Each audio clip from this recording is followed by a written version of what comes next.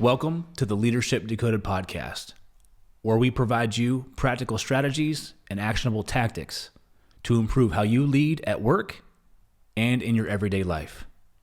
I'm your host, Dr. Will Ramey, a former U.S. Army officer, Executive Education Adjunct Professor, Team Development Workshop Facilitator, Speaker, and Leadership Coach. Today, we're closing up our series on executive presence. We're getting to the heart of executive presence, which is emotional engagement. This is where leadership transcends competence and authenticity to inspire, connect, and transform how you relate to your team. Join us as we explore what emotional engagement means for you in the context of executive presence, how you show up as a leader, and how you can harness its power to become exceptional day in and day out. Let's dive in. Emotional engagement, in leadership specifically, is about connecting with your team on a deeper level. It's about understanding their emotions, their motivations, their aspirations. Time and time again, research and surveys have shown that one of the top indicators of job satisfaction and engagement at work is an employee's relationship with their direct supervisor, their team leader. These relationships at work impact how your members of your team show up, how they perform, how they engage, how they communicate. Are they giving their best? We work for people. People will remember not what you said. They will remember how you made them feel. And this is why emotional engagement as a leader is at the heart of executive presence. Imagine a leader who not only inspires trust, but sparks enthusiasm, shows genuine care, genuine concern for you as a human being, and not just a cog in the great machine. I've had several occurrences throughout my career where I've had the opportunity to engage emotionally. When I first started out as a leader, this was not easy for me. I thought leadership was about getting results, getting the best with your team, putting who you were away when you walked in and showing up and doing a job. But I learned over 20 plus years in leadership is it's about people. And when you put people first, the results will come. Sometimes that may mean pulling somebody aside and having a deep level conversation. I had a team member once who was having a horrible day. They were new. They'd been with us about a year and a half. And 99% of the time, the person was upbeat, happy, got assignments done early, blew away expectations. This person was a top performer on your team. You wanted to clone that person and make 4 or 5 of them. Now, fortunately, she had some peers that were concerned. One of her peers came to see me and said, "Hey, can you check on this person? I think they're having an off day."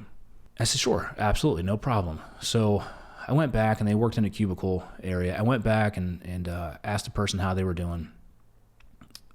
And you could tell they were a little bit down. So I stopped and paused and had some chit chat. "Hey, what's going on? How are you?" And the person just didn't want to open up. Now, understanding situational awareness as part of being emotionally intelligent, I realized that probably wasn't the best setting to have that conversation.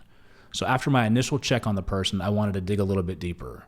So I got back to my office and I called the person on the phone. I asked them to come back to my office. So I brought them off stage. When the person arrived at my office, I got out from behind my desk and I sat at a round table that resides right in my office. So I took away a barrier so that this person felt safe. I asked if it was okay if I closed the door. They said yes. And then I said, "How are you feeling right now?" And you could see that question triggered a little bit of that guard to come down. I'm okay. Things aren't going very well. That was my cue. I made this person feel safe. I made them feel comfortable, and I gave them the opportunity to engage on an emotional level while I engaged with them. I asked, "If you want to, you've got my ear, my full attention. How can I help you?" And the person unloaded. Their spouse was deployed overseas, serving in the Army. They had a newborn at home. Their parent was ill. The newborn was sick. Everything that was affecting this person on a human level was brought to the table. And they started to cry. They started to unlock that emotion. Now, I had a choice as a leader. I could get a box of tissues, tell them to clean themselves up. I'm sorry that they're going through it, but we all go through things, and send them on their way. Or I could connect. I could listen. I could give that person space so that they could overcome whatever they needed to overcome. I chose to sit with that person for the next 45 minutes, listen, ask, show concern. It had nothing to do with work, and it had everything to do with work, because we're human beings. Being able to understand and read people, to understand and be aware of what others may be going through, whether inside or outside of work, and giving them the space that they need to have a conversation, to let them vent to somebody who they may just need to vent to, let them open up. That's where putting people first is a spotlight of emotionally engaging as a leader. We were able to work through this situation. That person felt 10 times better, and I was able to point them to a few resources that they did not know existed that might help them through the time that they're having. I got a follow-up message the very next day, thanking me for taking the time, thanking me for giving them space to feel safe and comfortable to let go of the emotional baggage they were carrying. Leadership isn't always about results, key performance indicators. Leadership is about people and engaging emotionally with people. That's what matters most. Reading a room, understanding what your team needs, tailoring your message, taking time to be the executive and have the presence of mind to be aware and act on those. Put people first, and the results will come. When you become an emotionally engaged leader, you create a workplace where your people feel valued, where they feel heard, where they feel inspired. You continue to foster a sense of belonging and a shared sense of purpose within your team. And when team members feel like they belong, that they're included, that they're connected, performance will go through the roof. Embracing emotional engagement in your executive presence can help you tap into the incredible potential of yourself and your team, but you have to be comfortable opening up. And once you do, the results will be remarkable. Now let's look at ways that you can infuse and practice emotional engagement with your team so that you can have it and cultivate it through your executive presence. 1, practice empathetic listening. Seek to understand. Ask open-ended questions. Really get to the heart at not just of what is being said, but get to the heart of the intention behind it, the emotion behind it. There may be something deeper in the conversation than what is merely being said verbally. When you listen empathetically, you have to utilize your emotional intelligence. You put yourself in the other person's shoes.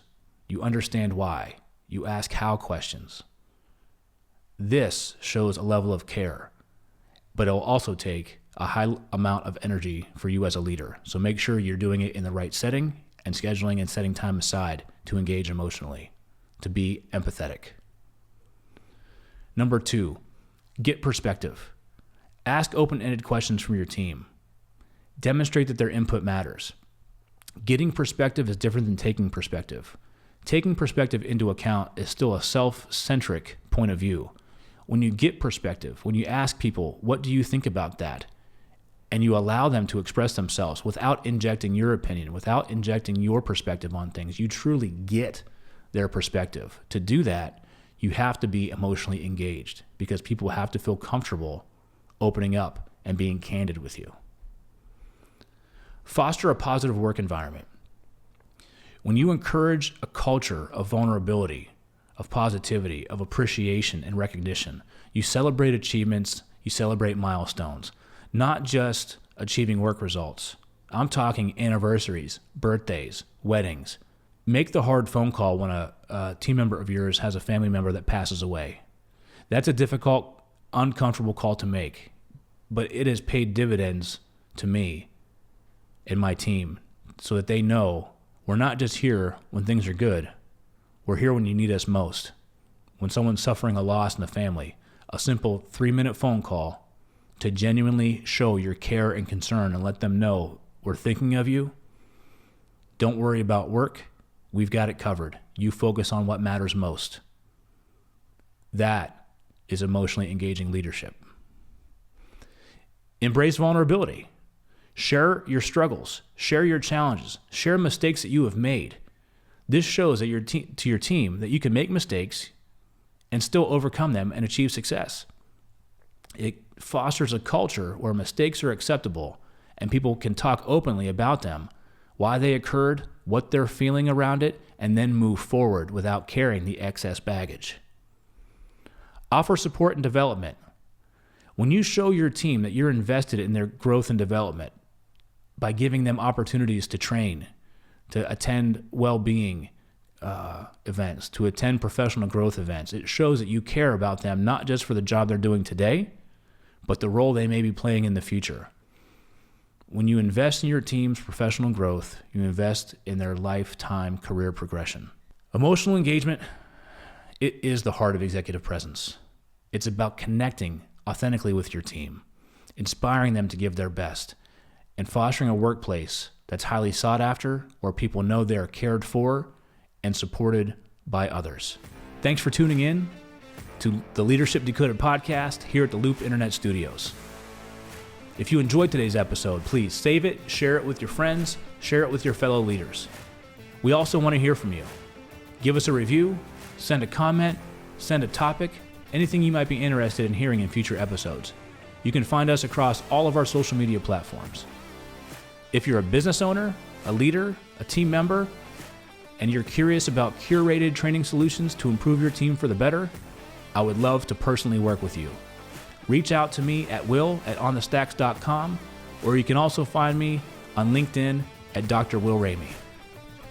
I'm your host, Dr. Will Ramey, and I'll see you the next time you press play.